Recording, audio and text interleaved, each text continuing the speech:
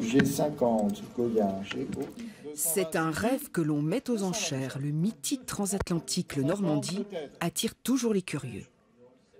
Près de 2000 photographies et documents sont en vente. Et cet amoureux du paquebot Normandie est ici pour enrichir sa collection. Il découvre un fond insolite, il furette, examine chaque détail à l'affût de la perle rare. C'est une passion depuis plus de 25 ans, je collectionne beaucoup et pour moi c'est un peu le symbole de la France de la fin des années 30. J'ai d'autres choses, j'ai un téléphone, j'ai une plaque de cabine, j'ai des brochures, maquettes. Oh là là, c'est magnifique.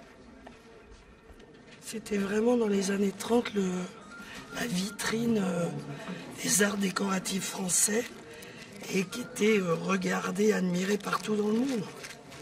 C'est vraiment un navire ambassade du goût.